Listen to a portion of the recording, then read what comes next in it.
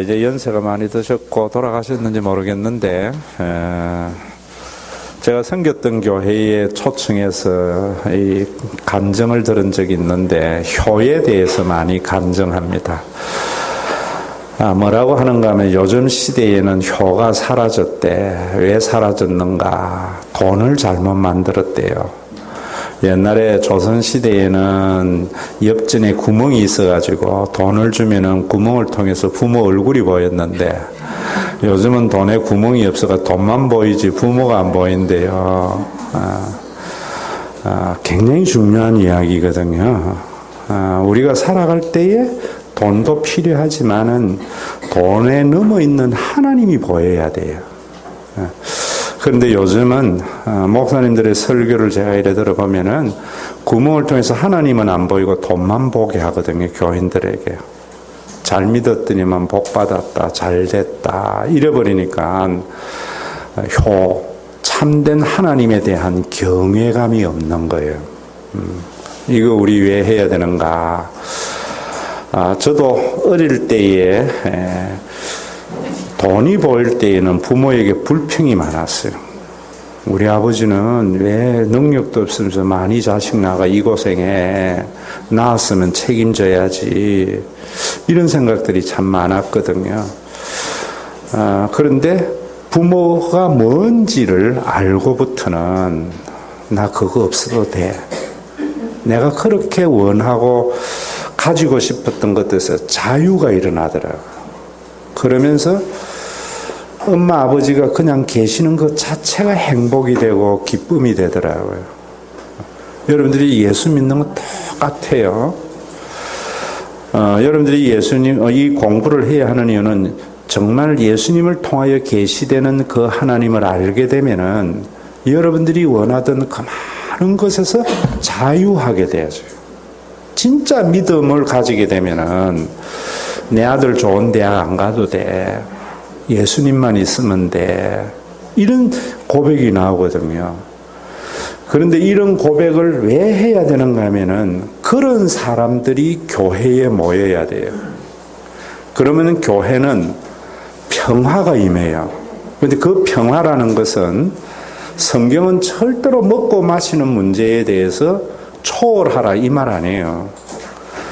그거는 그렇게 이야기하면 그리스도파가 되는 거예요. 육체를 벗어버린 재림 이후라고요. 우리가 육신을 가지고 있는 것은 먹고 사는 일이 제일 중요해요. 그래서 성경은 항상 먹을 것과 마실 것이 있은즉 자족하는 것이 경건의 유익이다 이래요. 그냥 먹을 것과 마실 것이 있은 적이 없고 자족이 경건의 유익이다 하면은 기독교는 금욕주의가 되어버립니다. 그런 것을 경건이라 하는 경우가 참 많아요. 그래서 교인들로 하여금 사회의 한 일원으로서의 역할을 하지 못하게 하는 경우가 많아요. 그래서 먹고 사는 여러분들의 모든 근심이 먹고 사는 문제잖아요. 그건 절대로 혼자 감당할 수 없어요. 지금은 제가 설교할 때 이런 게 여러분들 속에 동의가 일어나고 보여지고 이래야 돼요.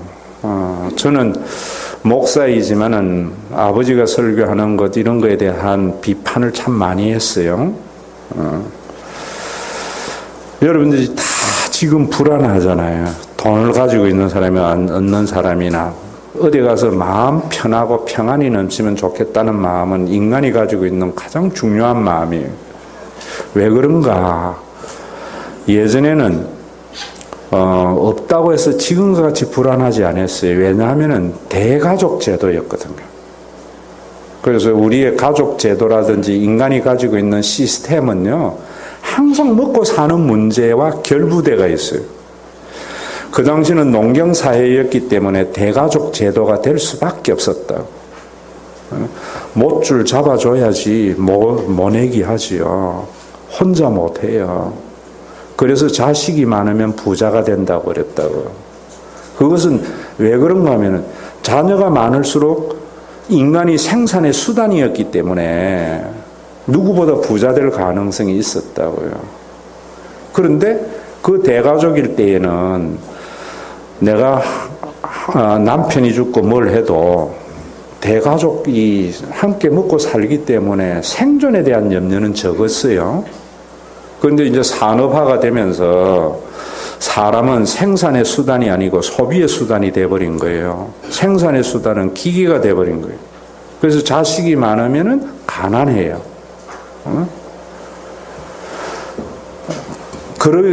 가난해버린다. 그래서 자식을 적게 낳는 거예요. 정보화 시대는 더 혼자 사는 시대가 돼버려요. 이거는 그 시대의 산업을 따라서 가족이나 모든 시스템이 바뀌는 거예요.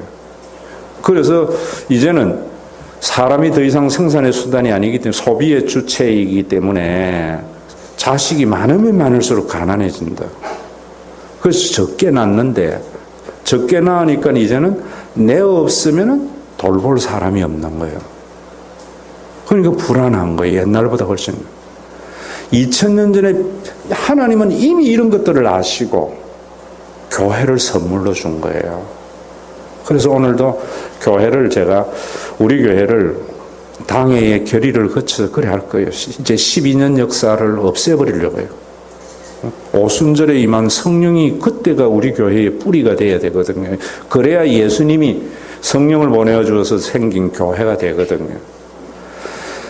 그러면 여러분, 교회는 이제는 혈연의 가족이 아니라 영적인 가족이 돼가지고 서로 함께 먹고 살게 될 때에, 그래서 교회는 언제 참 귀하게 여겨지는가 하면은, 여러분 가족이라니 그렇잖아요. 좀 잘 살고 괜찮으면은 형제 많은 게 짐입니다. 내가 먹고 살면 형제 많은 게 짐이에요. 그런데 내가 그 위험한 상황에 들어갈 때는 가족밖에 없다 이래 되거든요. 저는 교회는 내가 편안할 때는 짐이에요. 그런데 내가 어려워졌을 때는 교회밖에 없다라고 해야 살아있는 교회가 된다고 저는 봐요. 그래서 이런 교회를 위해서 여러분들이 확실히 알아야 된다는 것이요. 그래서 이제는 예수 믿고 복 받는다는 이런 것은 좀 심하게 이야기하면 그건 목사도 아니죠. 종교인들의 사기예요.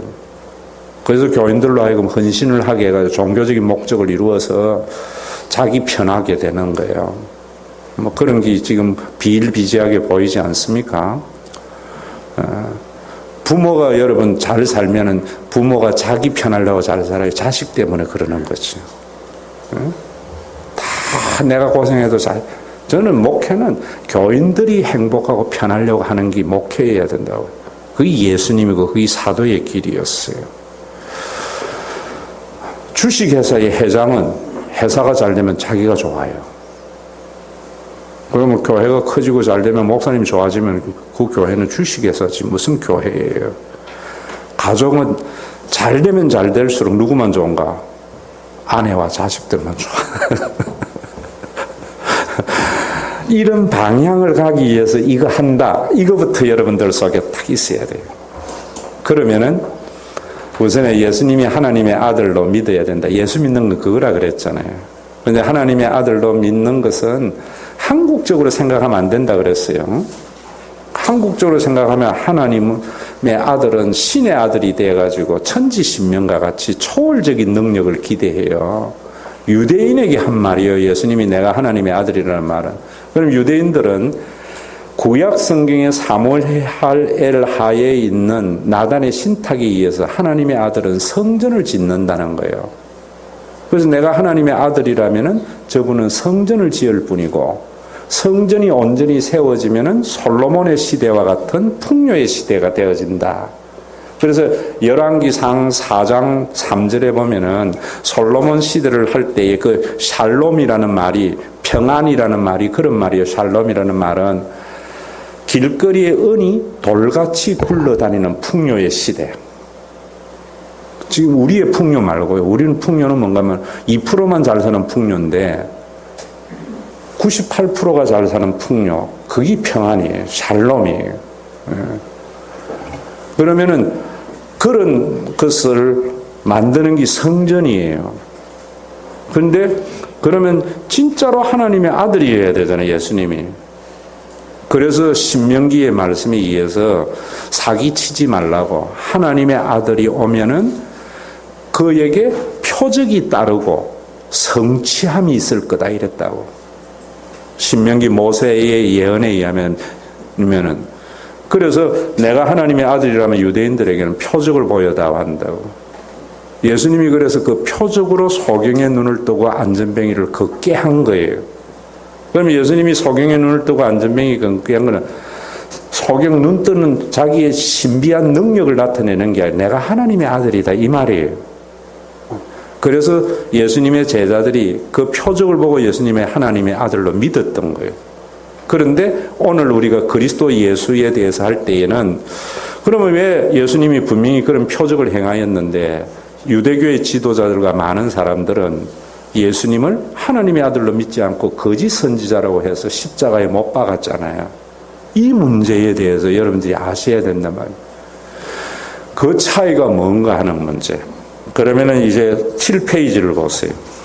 7페이지를 보면은 그리스도 예수하고 사실 성경을 강해해 주는 게 여러분들에게 훨씬 믿음이 있지만은 시간의 제한과 또 집중을 위해서 그리스도 예수라고 할 때 또 여러분 지식도 좀 있어야 되겠죠. 그리스도라는 말은 헬라어예요.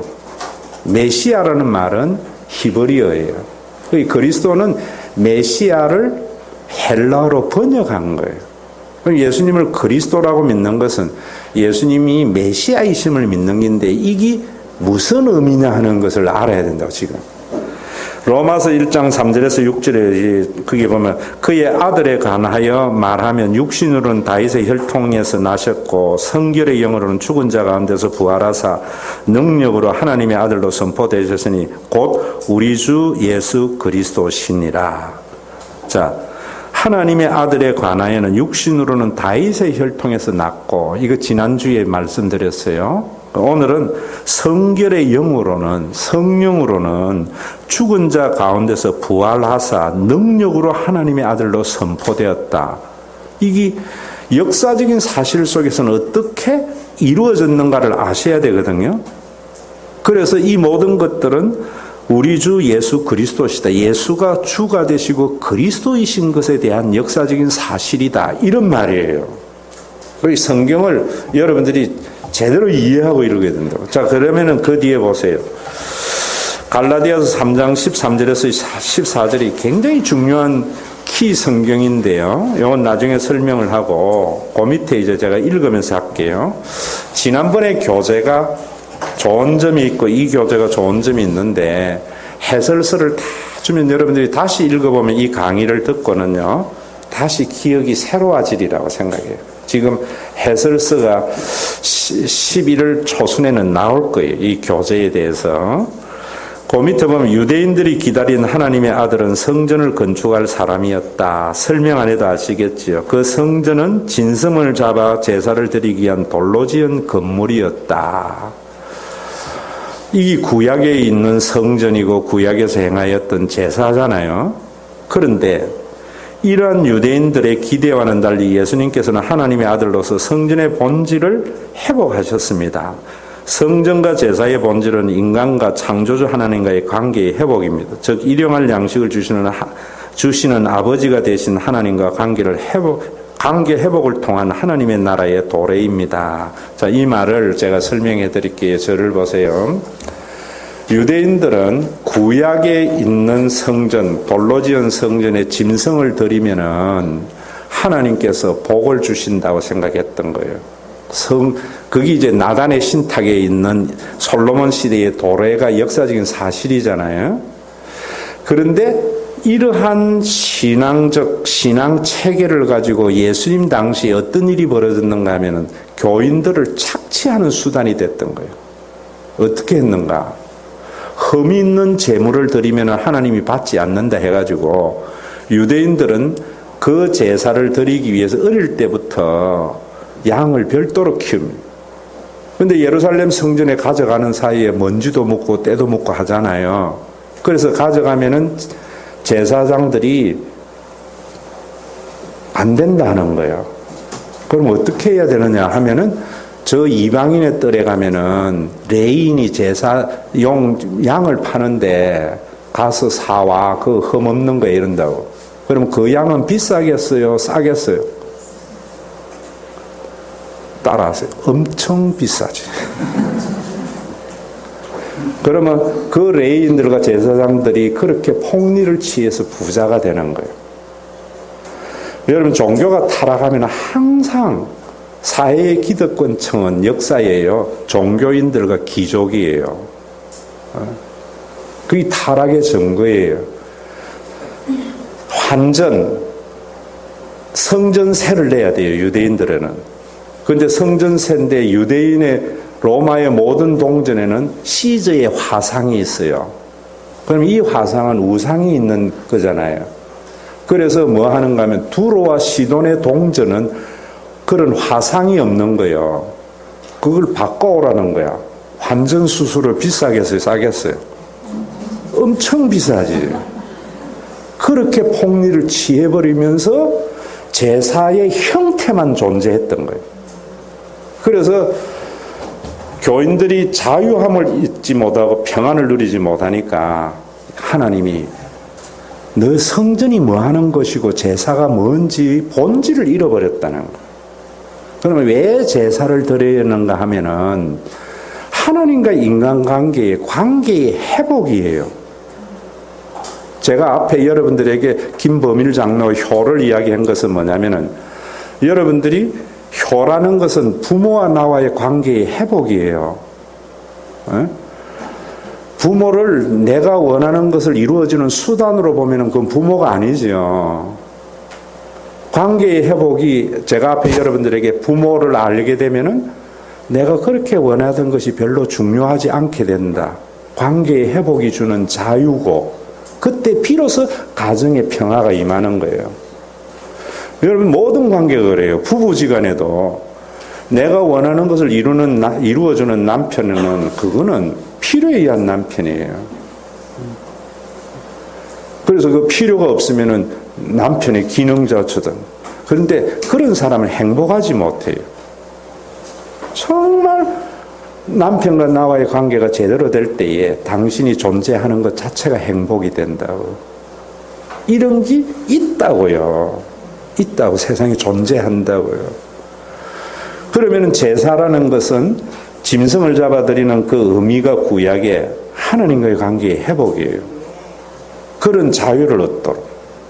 그래서 예수님께서 십자가에 달려 돌아가심으로 말미암아 하나님과의 관계가 회복이 되는 거거든요. 그러면 그 하나님은 여러분들에게 인간이 만든 신을 읽어보시면 알겠지만은 창조주 하나님이에요. 내가 하나님이 나의 창조주가 되신다 하는 것을 말로 하는 게 아니고요. 진짜로 그 내용을 히브리적으로 알게 되면 어떤 일이 일어나는가 하면은 창조주 하나님이라는 말은 나를 지은 자이기 때문에 자신의 생명보다 나를 더 존귀하게 여기는 분. 부모의 본질은 뭐예요? 나를 낳은 자이기에 나를 위해서 자신의 생명보다 더 귀한 존재로 여기잖아요. 그거를 받아들이는 게 부모의 본질을 알듯이 하나님의 창조주도 바로 그런 부분이에요. 그런데 여러분들이 부모에 대해서 오해하는 게 뭐냐면 나에게 먹고 사는 일의 수단으로서의 부모는 부모를 잘못 이해하고 있는 거거든요. 하나님이 내가 먹고 사는 수단과 도구로서 하나님은 우상이에요. 그거는.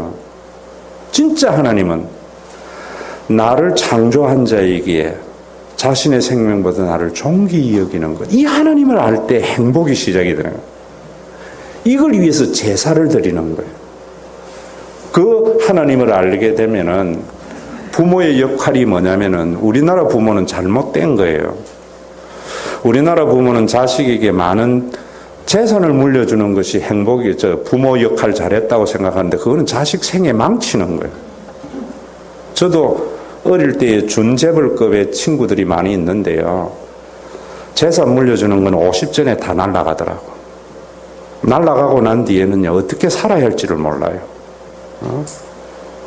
우리 여기 김영매 권사님, 그런 걸 뭐라 그래요? 시삼촌 되나? 그것도 내가 굉장히 잘 어울려. 건국택시 학습역에 이런 거 했는데, 40대에 간암으로 죽었어. 왜 가짜 양주 많이 먹고. 그런데 부모는 뭔가? 우리는 그러잖아요. 유대인들은 고기를 잡아주지 않고 고기를 잡는 법을 준다 하잖아요. 그게 뭐냐면 일용할 양식을 먹는 것. 그래서 성경의 하나님은 우리에게 일용할 만나를 주시는 하나님이에요. 우리가 부모를 믿느냐 안 믿느냐는 오늘 양식을 주신 하나님이 내일도 줄 것을 믿느냐 안 믿느냐 이 싸움이에요. 그런데 목사님들이 뭐라는가 하면은 하나님한테 뭔가 하면 여러분 이렇게 해야 또 밥 준다고 하면 이상한 거잖아요. 엄마 내가 오늘 잘 보여서 저녁 먹었는데 오늘 밤에 엄마에게 뭘 잘 보여가지고 아침 얻어 먹을까? 그러면 그 엄마입니까? 뭐고 회사 사장이지. 진짜 나를 낳은 엄마는 뭐예요? 아침을 주신 엄마가 점심도 줄 걸 믿는 거예요.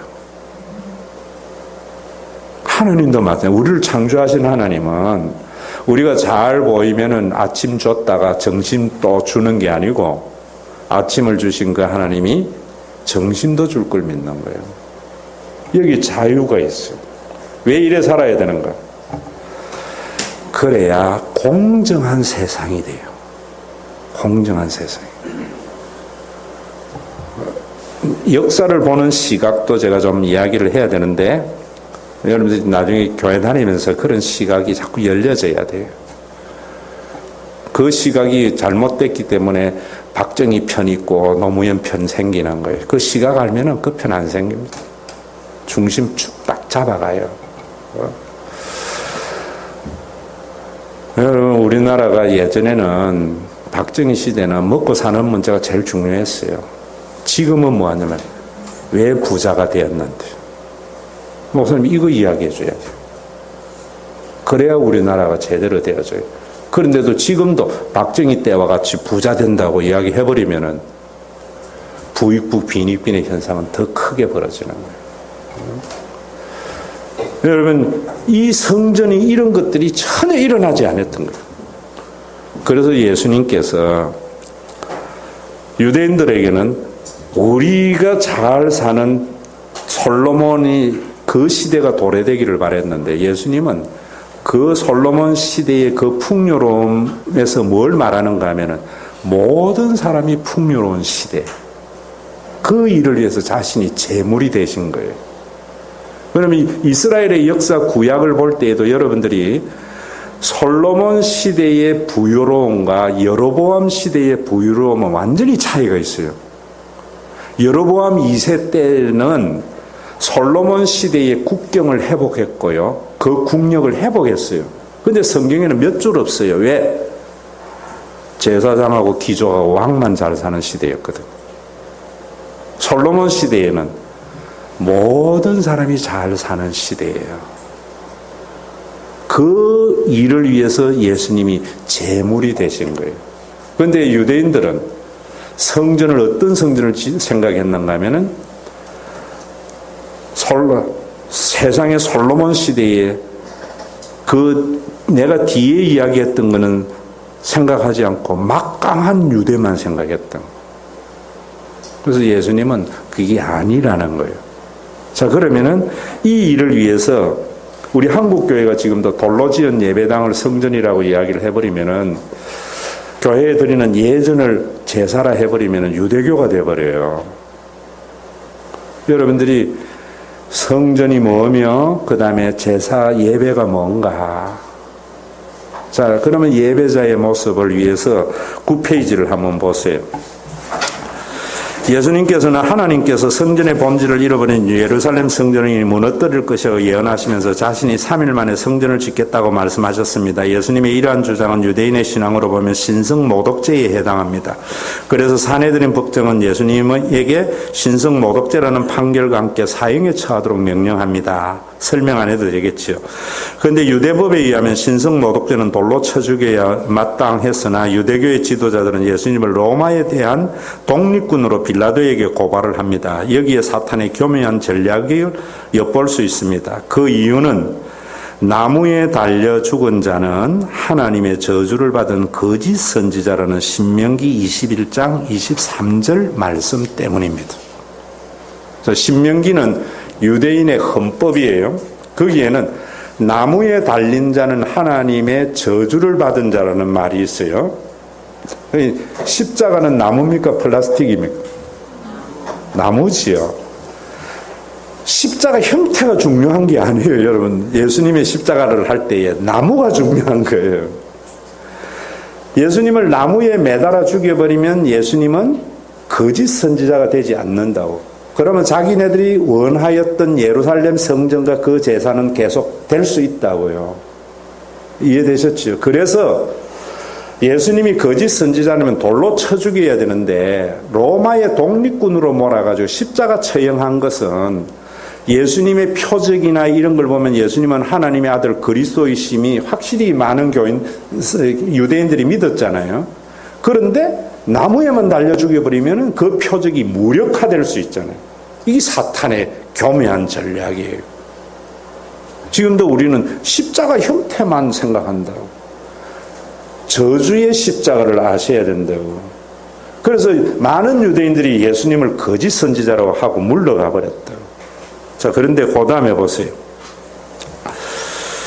그들은 예수님을 십자가에 달려 죽여 하나님으로부터 저주받은 거짓 선지자로 몰아가기 위하여 로마에 대한 독립군으로 고발한 겁니다. 그 이유는 로마는 독립군을 십자가에 처형했기 때문입니다. 그들의 음모는 효과적이었고 실제로 많은 유대인들이 예수님을 거짓 선지자라고 생각해서 예수님을 떠났습니다. 그들의 계략은 성공적인 듯 보였습니다.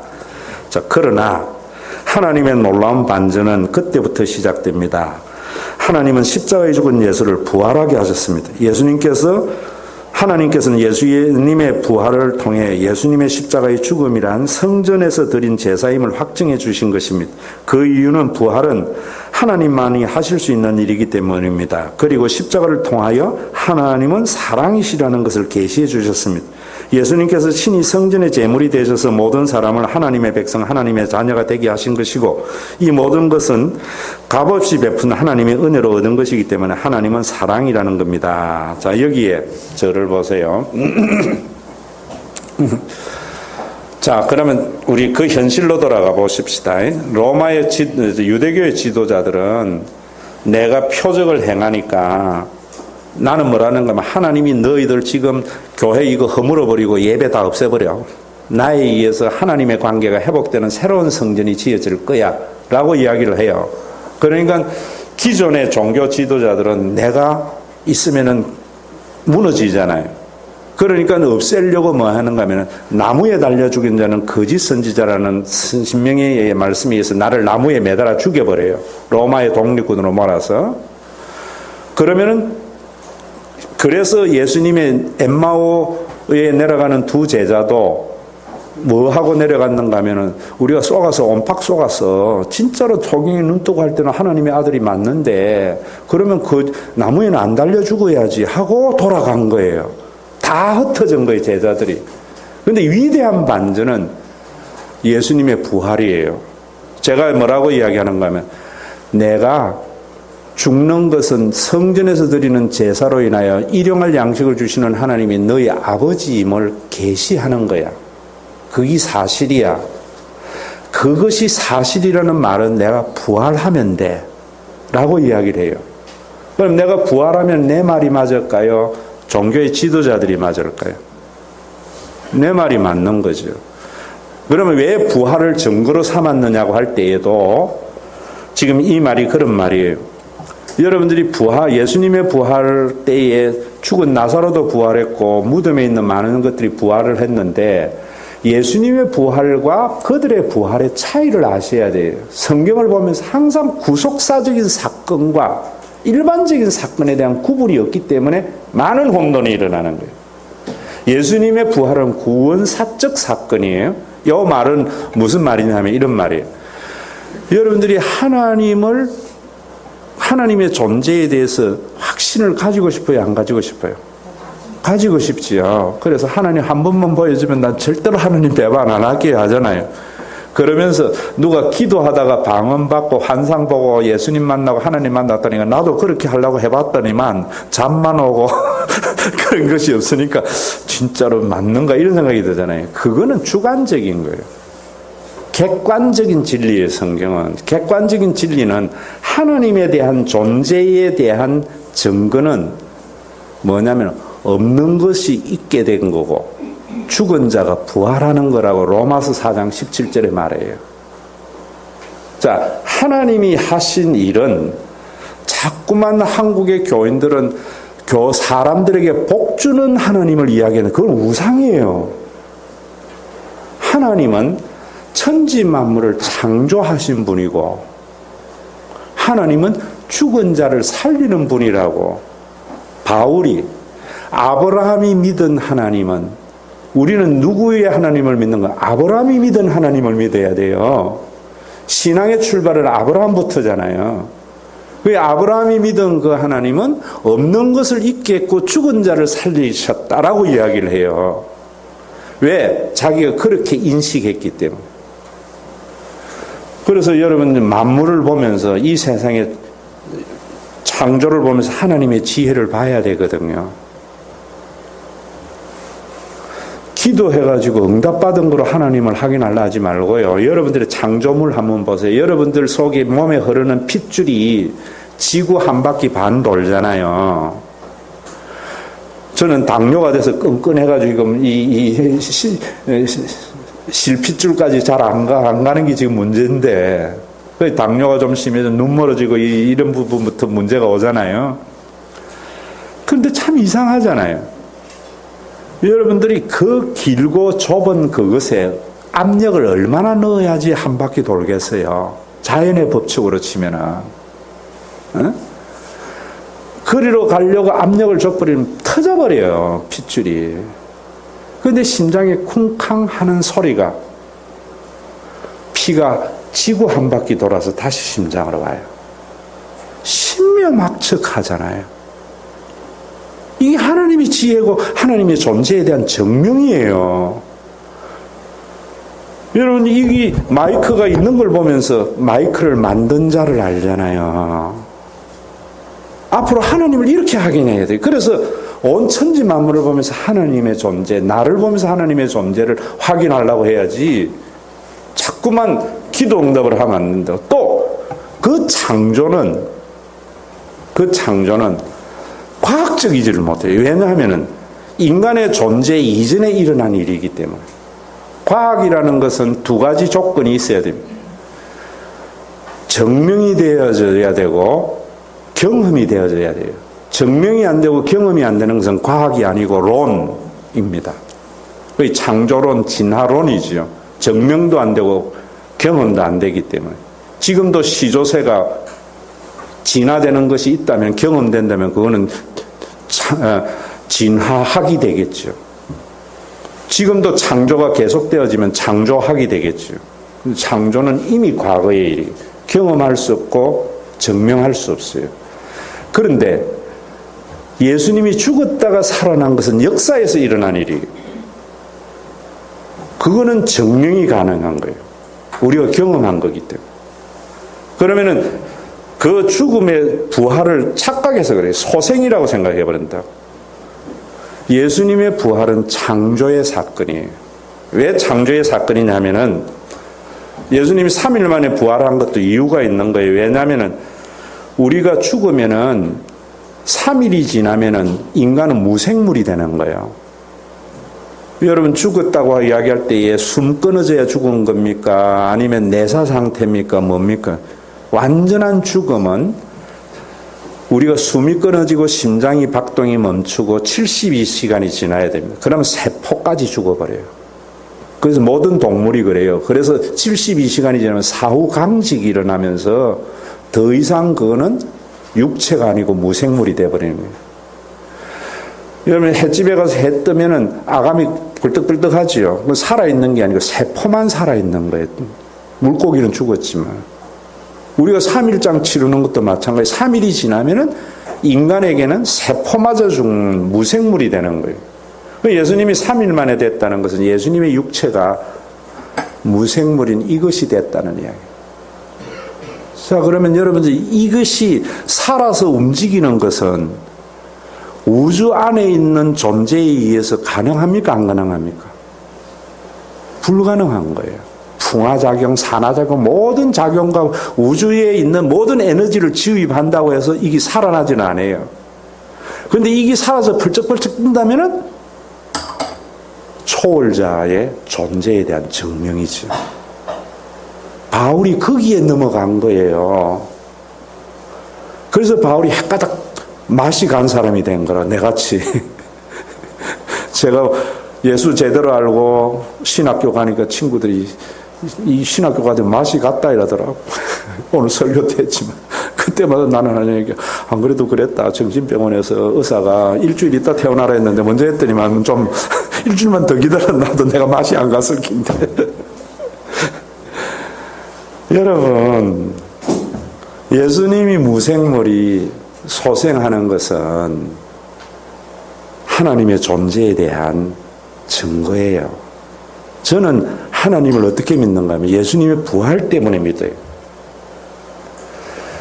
그래서 예수님의 그 부활을 왜 했는가, 하나님이 자신을 계시하려고. 하나님의 존재에 대한 것은 예수님의 부활이고, 그 하나님이 어떤 분이냐 하는 것은 십자가예요. 십자가예요. 그 십자가는 아무런 가치가 없는 자에게 어떠한 대가를 바라지 않고 자신을, 내가 앞에서 이야기했잖아요. 엄마는 여러분들에게 밥 해주는 사람이 아니고, 아버지는 여러분들에게 용돈 주는 분이 아니고 나를 낳은 자이기 때문에 그 무엇과도 나를 바꾸지 않는 분이에요. 이게 부모를 아는 거예요. 십자가를 통해서 여러분들이 뭐 알아야 되는가 하면은, 부활을 통해서 증명된 그 하나님은 우리 인간을 위해서 그 무엇과도 바꾸지 않는 귀한 존재입니다. 그 부모는 우리 사람들하고 일용할 양식을 주는 거예요. 그런데 그걸 가지고 자꾸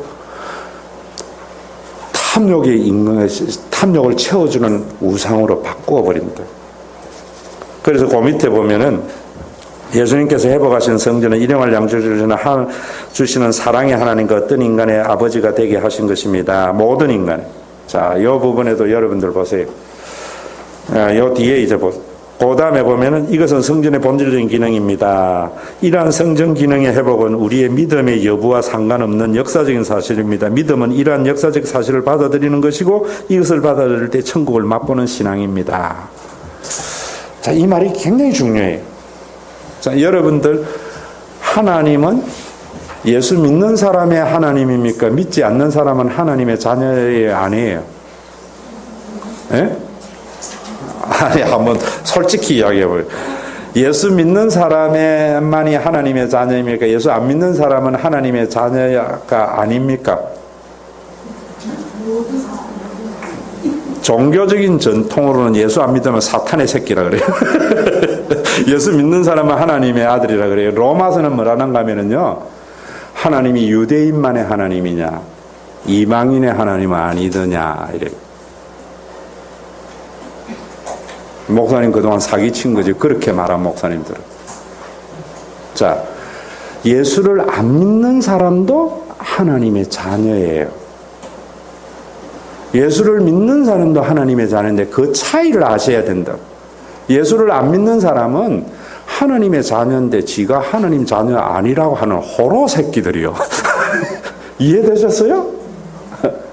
예수를 믿는 사람은 지 아버지를 아버지라고 하는 진짜 자녀이고, 이 차이예요. 이걸 여러분들 분명히 아셔야 된다고. 제가 어릴 때에 아버지가 나에게 자기의 원하는 것만을 위해서 공부만을 강요하고 이럴 때에 우리 아버지 맞나 이랬거든요. 그래서 가출도 했거든요. 반항도 했거든요. 그런데 그렇다고 해서 우리 아버지가 아닌 게 아니잖아요. 내가 죽도록 고생만 했죠. 응? 가출했다 집에 들어가니 이가 서말이더라고. 그런데 들어가서 내 아버지가 뭐라는 거면, 내가 너를 얼마나 사랑하는데, 난 그게 거짓말인 줄 알았어. 그 아버지의 사랑을 받아들이는 순간 옛날 그 가족이, 그 가정인데 천국으로 변하더라고. 여러분들이 살아가는 세상은 똑같아요. 예수 믿을 때나 안 믿을 때나 환경은. 그런데 하나님이 나를 얼마나 사랑하는데라는 걸 알면은 이 세상이 천국화되어져요. 이걸 모르는 거예요, 자꾸만. 좋은 집, 내가 원하는 거 다 해줘야 천국이라고 생각하는 것은 종교적인 목적을 위한 왜곡된 복음이에요. 자, 나의 믿음과 상관없이 2000년 전에 예수님께서 하나님을 우리의 일용할 양식을 주시는 아버지로 만드신 거예요. 믿음은 그 사실을 받아들이는 게 믿음이에요. 미션입니다 복줄로, 이게 믿음이 아니에요. 그거는 자기의 착각이죠. 믿음은 2000년 전에 예수님이 하나님을 아버지에 대한 제사인 그것을 받아들여서 하나님이 나의 아버지, 그 하나님은 나에게 일용할 양식을 주시는 창조주 하나님을 받아들이는 것이 믿음이에요. 그때부터 여러분들은 세상이 살만한 세상으로 보여져요. 여러분들 모든 근심이 사라져요. 그런 사람들은 오늘 이야기한 대로 욕심 부리지 않아요. 그런 사람들은 자, 똑같은 사건이잖아요. 제가 이틀 전에 맥도날드 가서 할 때에 요즘 우리가 자꾸 최저임금 때문에 얼마나 말이 많아요. 그래서 내가 그 20살 먹은 여자아이 보고 최저임금 많은데 이렇게 좋죠. 너무 좋아 이러더라고. 그것만 보면은 좌파예요. 네? 그것 때문에 고통당하는 김상번 장로님만 보면 우파예요. 두 개 다 보면은 성령파예요. 좋아하는 이면에 눈물 흘리는 사업주도 보여야 되고요. 얘 좋아하는 것 때문에 그 운영하기 위해서 잘린 사람도 보여야 돼요. 그 균형을 교회와 목사가 우리가 잡아줘야죠. 우리가. 근데 어떤 교회는 그래야 된다고, 어떤 교회는 사업주 편들고 복음을 모르기 때문에 일어나는 일들이에요. 자, 그 다음에 보면은 굉장히 중요한 내용이죠. 그렇다면 예수님의 부활은 역사적인 사실일까요? 예수님 부활 아니면은 전부 내가 이야기한 건 사기가 되잖아요. 그래요, 안 그래요? 만약 예수님께서 말씀하신 대로 실제로 예수님께서 부활하신다면 사탄의 계획은 수표로 돌아갈 수 있기 때문에 예수님의 적개자들은 만반의 준비를 합니다. 예수님의 무덤에 경비병을 세워 지키겠고 무덤 돌문에 총리가 임봉을 합니다. 물리적으로는 결코 예수님 부활이 일어날 수 없게 만들었습니다. 요거는 물리적으로 예수님의 부활을 막았던 거예요.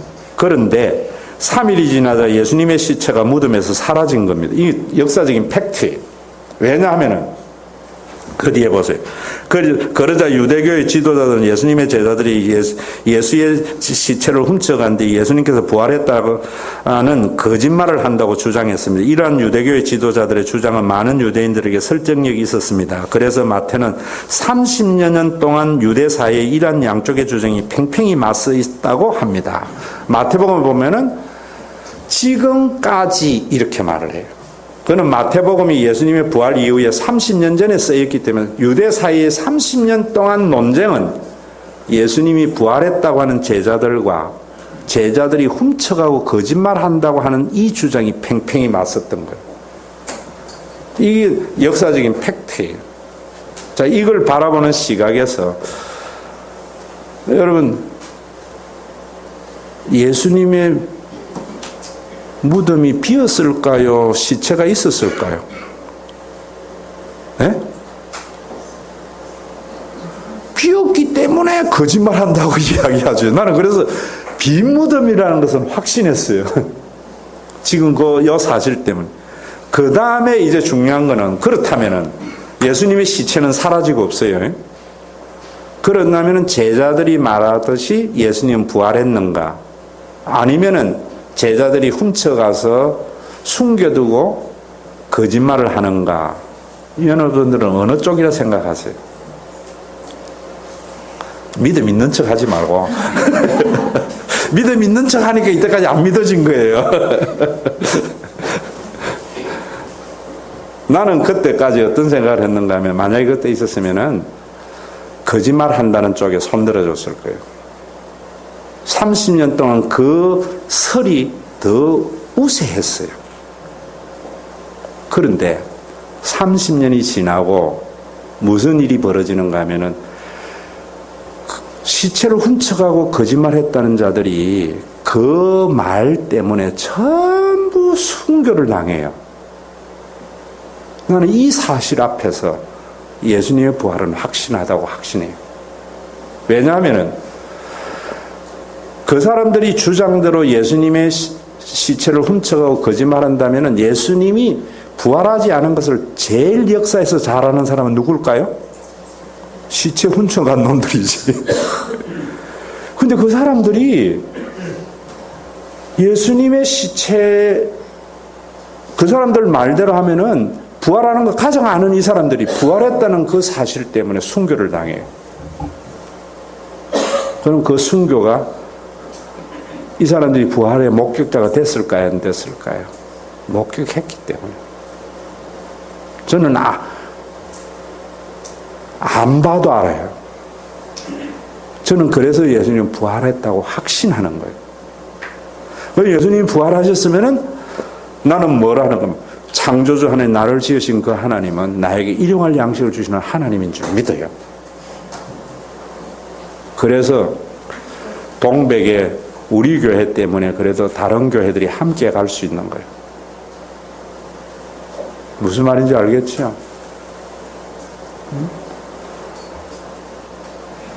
그래서 나는 여러분들에게 서서 이야기하면 나는 목회자가 되고는 1,000만 원 이상 내 통장에 넣어본 적이 없어.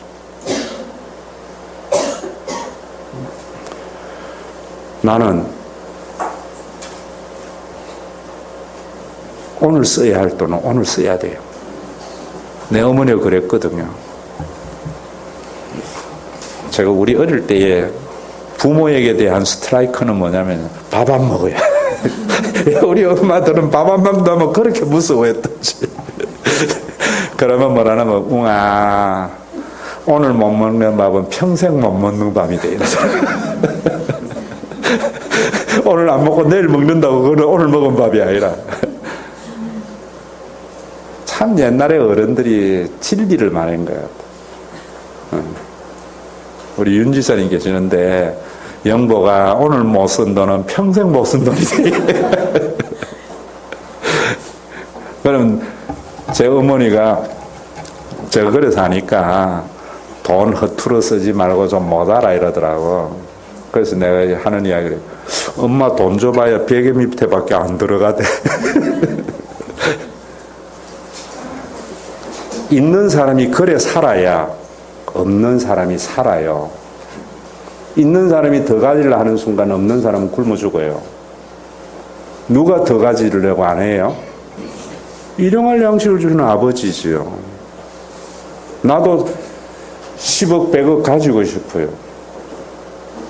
그런데 왜 안 가지는가? 내 아버지는 오늘 점심을 주는 엄마는 저녁을 줄 걸 믿듯이 이때까지 살게 하신 하나님이 앞으로 살게 할 걸 믿어요. 그리고 돈은 가지고 있는 게 내 돈이 아니고 쓴 만큼만 내 돈입니다. 우리나라가 지금 이 복음, 일용할 양식을 주시는 하나님을 믿게 해가지고 재벌들이 사내 보유금 쌓아놓고 이 짓 안 하는 사람이 하나님 믿는 사람이지. 진떡 쌓아놓고 하나님 복 줬다는 거예요. 그건 우상 숨기는 사람입니다. 왜 우리가 이 하나님을 믿어야 되는가? 이 부분에 대한 거는 우리가 그래 살도록 예수님은 하나님이 아버지 되었다고 하고 가버린 게 아니에요. 놀라운 선물을 주셨어요. 그게 언제겠어요? 다음 시간 강의하겠다.